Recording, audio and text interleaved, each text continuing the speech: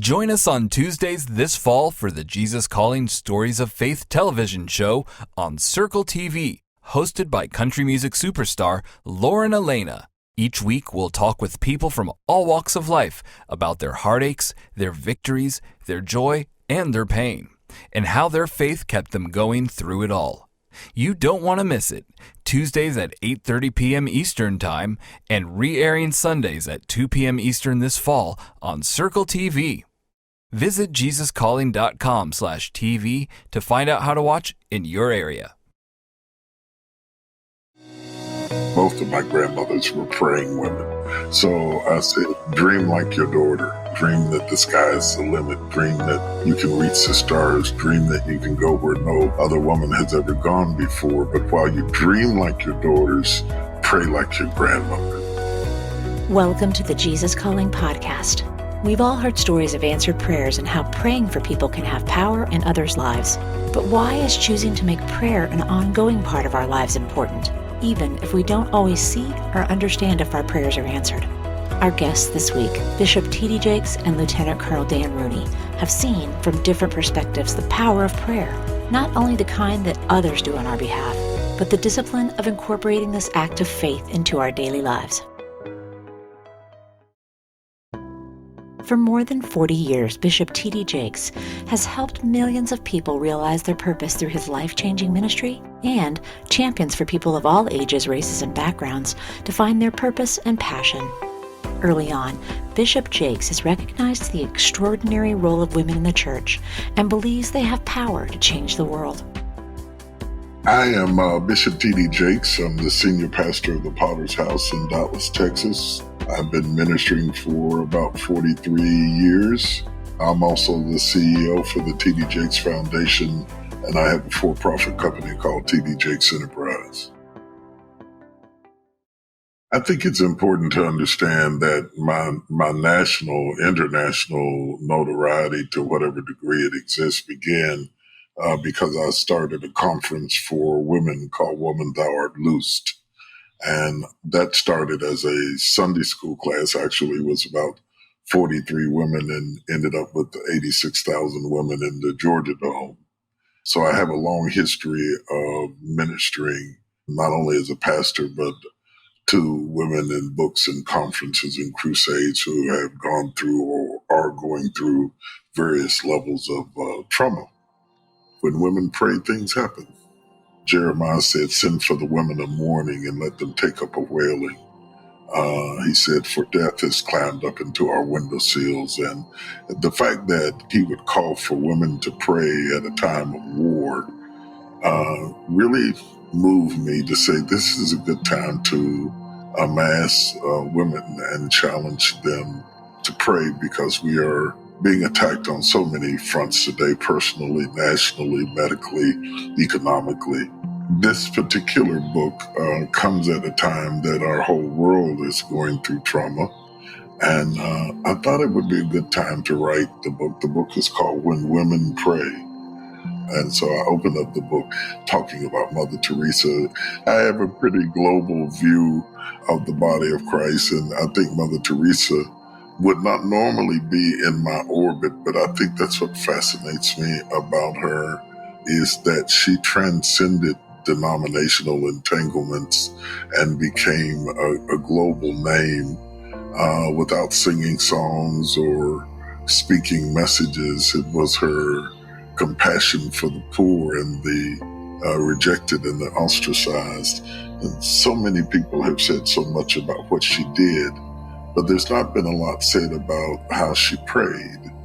And I think the real strength behind our ability to be potent with what we do is predicated on our private prayer life, affects our public persona. She had this power about her. And I think that points to the power of prayer is not always demonstrated in the intensity of our expression, but in the fervency of our consecration. I wanted women today, as busy as they are, so many demands are placed on them more now than ever before, to be able to figure out, how do I take time to pray? How do I pray? what are the words that I need to say? And really the power of prayer when your voice seems muted by the noise of the times we're living in, the noise in the workplace, the noise in the media, the noise coming from the challenges of COVID-19 and everything else is challenging us today. That voice can be as soft as Mother Teresa, and yet it can shake the very heavens itself when women pray.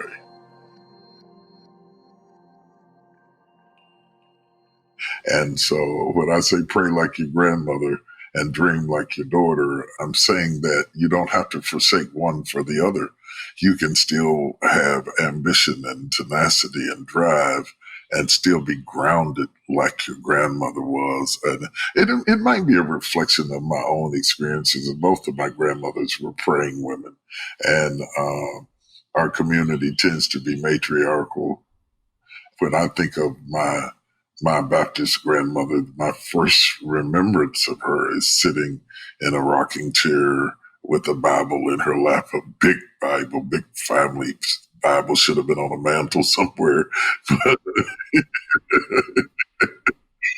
And my paternal grandmother, I mean, she went to church. She took care of sick people. We had to go visit everybody and bring food to everybody and have the reverend over for dinner. And she knew all the hymns and all the scriptures. And those women, I can't even begin to express what an impact they had on my life. So, being surrounded by them and my sister, and later in life, my wife, and now my daughters, I've seen a wide peripheral view of femininity at different stages and ages, and have a great deal of respect for the tenacity and the endurance of women. And in almost every case, somewhere in the backdrop behind the curtain was prayer. And this book about when women pray really gets down to when your heart is overwhelmed, when the challenges are demanding, when there's little place to rest or lay your head, and you don't have time for a milk bath and candles. Prayer, prayer can often be the only spa a busy woman gets. So when I talk about when women pray, it not only soothes the soul, but it also changes the world. Every woman has to use prayer both as offense and defense. The sword as offense, the shield as defense, because you've got blows coming at you from every direction, and prayer is a shield, but you've also got it as a weapon as well, and you need both of them. You can't just play defense and not play offense. And I just wanted the book to be some kind of a spiritual therapy, as it were, for people who often don't have a place to go to therapeutically resolve the conflicts that come and the wounding words that come against you. Jesus talks about that bringing forth much fruit.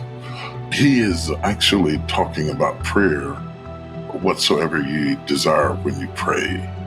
He's talking about the fruitfulness of a prayerful reflection with God, that God is glorified by answering our prayers. I would like to encourage every listener that God's ear is not heavy that he cannot hear, and his arm is not short that he cannot save. And I'm not suggesting that every time you pray that God will do as you direct. But in the process of praying, you will hear what he has purposed. And sometimes prayer changes things, and other times prayer changes you.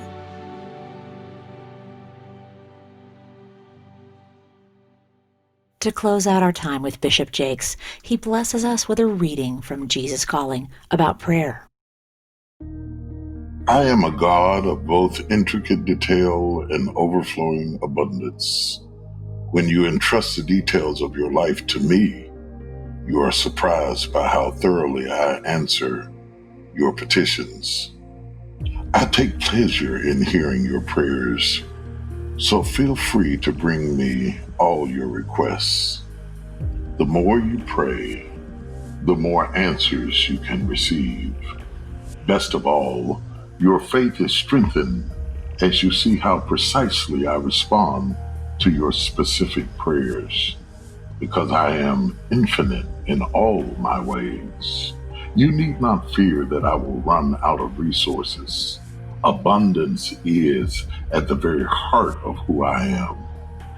Come to me in joyful expectation of receiving all you need, and sometimes much more. I delight in showering blessings on my beloved children.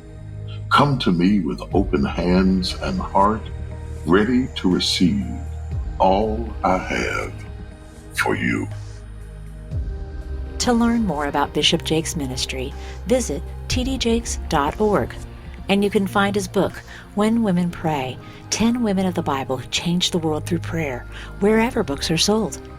Stay tuned to Lieutenant Colonel Dan Rooney's story after a brief message. The COVID-19 global pandemic has disrupted everyday life in some way for nearly everyone on the planet. Yet Samaritan's Purse continues to share the eternal hope of the gospel and to serve in Jesus' name. We are trusting God as we make plans to collect Operation Christmas Child shoeboxes, just as we always have during National Collection Week in November. Another great option to share God's love is to build a shoebox online. It's a convenient and personal way to give shoebox gifts directly from home. Build one by choosing from an exciting list of gifts, then adding a letter and a photo. We'll pack it for you and send it off. We want boys and girls around the world to know that God loves them, and He has not forgotten them during this time of fear and uncertainty. Every gift-filled shoebox is a tangible expression of God's love. Get the latest updates and build a shoebox online at samaritanspurse.org/OCC. That's samaritanspurse.org/OCC. Lieutenant Colonel Dan Rooney achieved not one, but two dreams that many have, and probably not together at the same time: becoming a U.S. Air Force fighter pilot and a PGA golf professional. Many experiences along the way shaped Colonel Rooney into the mission-filled man he is today, like the moment he encountered the family of a fallen soldier on a commercial airline flight. It was there that Colonel Rooney decided to honor the sacrifices of fallen and disabled veterans by launching an organization called Folds of Honor, which has turned into an incredible way for God to use His service in a whole new way. I'm Lieutenant Colonel Dan Rooney. I've been an Air Force fighter pilot for almost 20 years, living my boyhood dream. A strong follower of Jesus, and every day trying to be a vessel of impact. My story growing up wasn't an incredibly blessed one. Grew up with two devout Catholics as parents, and I had two older sisters. And as a way to get out of the house, I started playing golf with my dad and got pretty good as a golfer. When I was 12 years old, I had a moment of what I call synchronicity or chance with a purpose. And these are those moments where God puts someone or something in your life that has a dramatic impact. I played a round of golf with a fighter pilot, and his name was Steve Courtright, and he was the coolest adult that I'd ever met. I just had this, epiphany as a 12-year-old kid. I said, "Dad, I know what I want to do with my life. I want to be a golf pro and a fighter pilot." And I had great parents, right? They said, "You can do anything you want to do." And he asked me a question. I'll never forget it. He said, "Son, can you tell me which way an airplane takes off?" And I'm like, "Well, is it into the wind?" He said, "That's exactly right." And with so few words, he was preparing me for these inevitable headwinds that would stand between this 12-year-old kid and this unlikely dream, right? But these dreams would, ultimately come together. I'm the only guy in the history of the world to be a PGA professional and a fighter pilot. But I always say God has the bigger plan that often we're not aware of at that time. And so I poured my heart and soul into the game of golf and would go to the University of Kansas, where I played golf. And I met my wife into my freshman year at the Sigma Chi house. Jackie, and she is most importantly my wife of 25 years and the mother of our 5 daughters. But the other moment of synchronicity that occurred, I was signed up for the easiest, what I thought would be the easiest class at the University of Kansas. And it was Sports Psychology 101. I remember showing up the first day, and the professor shows up 5 minutes late to the class, and he goes to the front of the room and writes on the whiteboard this word. It's volition. And he takes his place behind the podium and he waits, and it's probably, 3 or 4 minutes until we settle into this awkward silence. And he said, "Can anybody tell me what this word means? Volition." It's crickets, right? Not a word. And he said, "Well, ladies and gentlemen, it's the most powerful word in the world." He said, "Volition is the power of choice." He said, "Every day you wake up, you are free to choose, but understand the choices that you make will culminate to write the legacy of your life." And then he goes back up to this whiteboard and he writes down what he calls the volition matrix. He said, "Every choice you make follows a logical path. And it starts with, I won't do that. I can't do that. I'd like to. I'll try. I can. I will." And he looks out at the class. He said, "But I will tell you right now, if you can make it to I will, nothing can stop you." And I made the choice right then and there as a junior in college that I was going to chase that crazy dream with everything I had in my heart. I left the University of Kansas and I had to get my private pilot's license and take a bunch of tests to apply for the Air Force pilot training program. And, thankfully got in, but I'll never forget the first day of pilot training. I was in a room with about 43 other people and looking around the room. I've never been so intimidated in my life. And the colonel comes into the room and he looks around. He said, "Everybody in here has an opportunity. You've made it to this moment and you get to chase your boyhood dream of being a pilot or a fighter pilot in the Air Force." But he made it very clear. He said, "Hey, most of you aren't going to make it." The pilot training program from start to being a fighter pilot is about 2.5 years long in the United States Air Force. Only 4.8% of the people who start the program will successfully complete the fighter pilot course.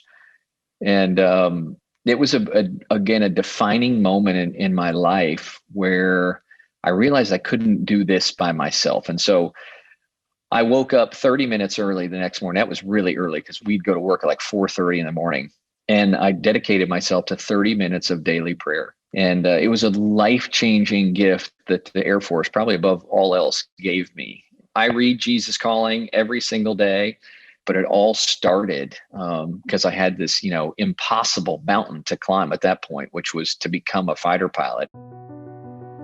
I would make it through the program, got my wings, and then you go off to F-16 school. The F-16 is just an incredible machine. I've got, a couple thousand hours of flight time, 3 combat tours in Iraq, and it's still flying in the Air Force at Eglin Air Force Base now outside of Destin, Florida. But you go through this program and you show up at Luke Air Force Base. It's fighter country USA. You spend about a month and a half going through academics and simulators and all this kind of stuff. And then you get 4 rides in a 2-seat model of the F-16. So the instructor sits behind you. And your 5th ride is a very crucial point in the program, whether you're going to succeed or, just be a statistic to wash out, because you got to go solo.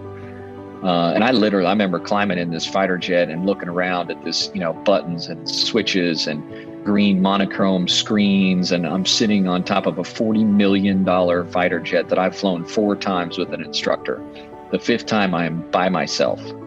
I go off and, successfully fly, and I come back, and I remember raising up the canopy of the F-16, and another divine lesson hits me, and it's go before you're ready. I would say the defiant thread of true greatness and faith-based people is you get to a place in your life and you got to go before you're ready. So often people wait for everything to get perfectly aligned. I'm going to, move when this happens. I'm going to quit this job and do something I really love when I get this much money in the bank, or after we've had kids, or this reckless faith that I've learned as a fighter pilot in a, inherently very dangerous business. is such a gift. Life is not a dress rehearsal. And so I push myself every day. And when I find myself, at these stopping points, and I really think that's, the purest form of your faith. You can say, hey, I'm a Christian, I'm a believer in God. But when you have the courage and the faith to really put it in his hands and say, hey, my heart's on fire. I want to do this, but I'm afraid. You're just like, hey, I'm jumping, I'm going. Because I know you've got me, and I know that you've given me the gifts to succeed in my life, and I'm going to honor you by having this reckless faith and just going and doing it.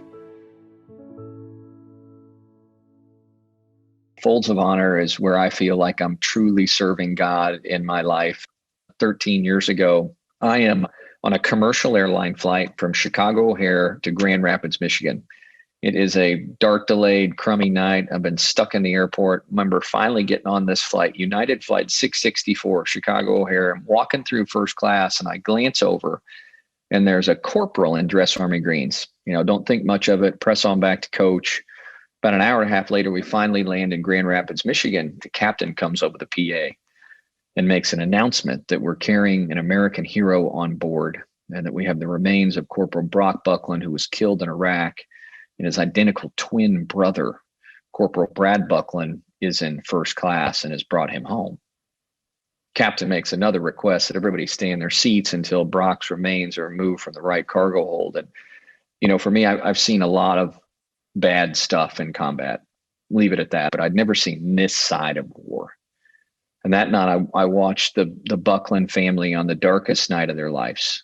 And this was his brothers, his parents, his wife, and his 4-year-old son as his father's American flag draped coffin inches down the cargo ramp. And the finality of it hit me, that this little boy's never going to play catch with his dad or go get ice cream or get tucked in at night or have a weekend together. I mean, those things that are so sacred. And in this moment of despair, like so often in my life, I felt a hand on my shoulder, and it was a hand of God. And he picks the least among us, but he picks the willing. And that was the inspiration that would start Folds of Honor. And my wife and I started it above our garage 13 years ago in Broken Arrow. No money, no platform, from zero, just us and God. And our mission since we started, and I wrote it down, has been unwavering. That is to honor the sacrifice by educating the legacy, providing scholarships to spouses and children who've had someone killed or disabled, defending the freedoms that we enjoy each and every day as Americans. And it's just been so humbling, and it makes you feel so small to watch God's hand and know that he is truly using you as an instrument for good.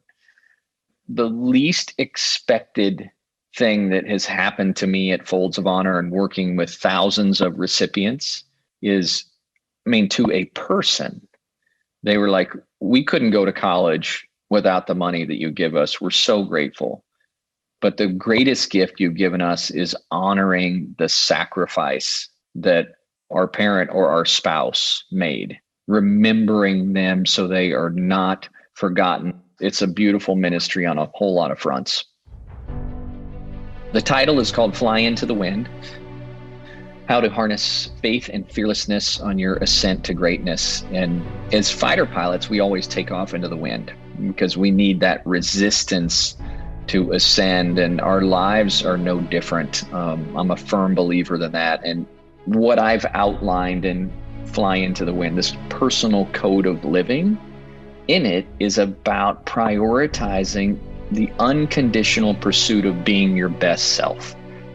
This is about engineering a life of fulfillment, which is possible every day through the right choices.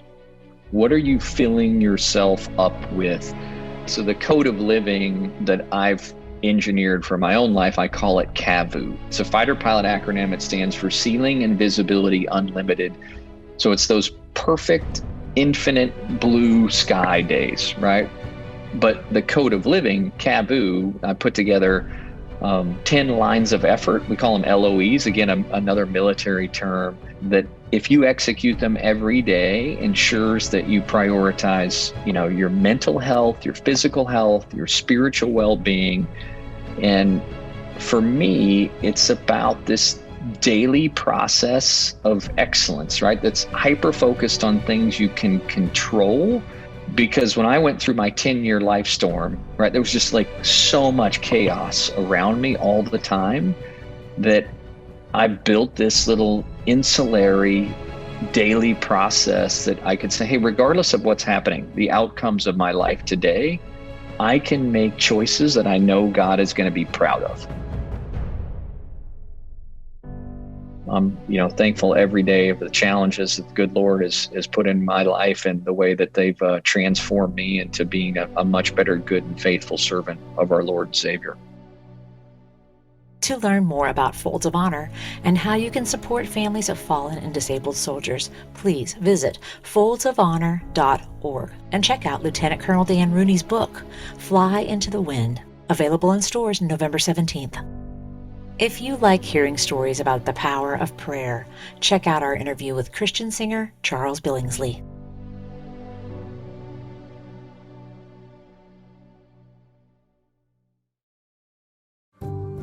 Next time on the Jesus Calling podcast, we speak with Super Bowl champion quarterback and football coach Trent Dilfer. Trent was on vacation with his family at Disneyland when his 5-year-old son Trevin caught a cold. But what started as a normal illness made a sharp turn, as it turned out to be a virus attacking his heart. And Trent found himself facing a faith dilemma he never could have imagined. I had him on this heart-lung bypass machine waiting for a heart. And early on, it seemed like it was going to happen. Like, why wouldn't he get a heart? And then you start realizing, well, for him to get a heart, that another family has to lose their child. But that was kind of my greatest faith dilemma, was, do you beg God to save your own child's life, knowing that that was going to cost another family their child's life? Want to hear more inspirational stories of people who have been changed by a closer walk with God? Then subscribe today to the Jesus Calling podcast on Apple Podcasts, Stitcher, or wherever you listen to your podcasts. And please be sure to leave a review, which helps us reach and inspire others with these stories. Plus, if you like seeing our guests as well as hearing them, you can find video interviews available on our YouTube channel at youtube.com/JesusCallingBook, on Facebook, and on the Jesus Calling Instagram page.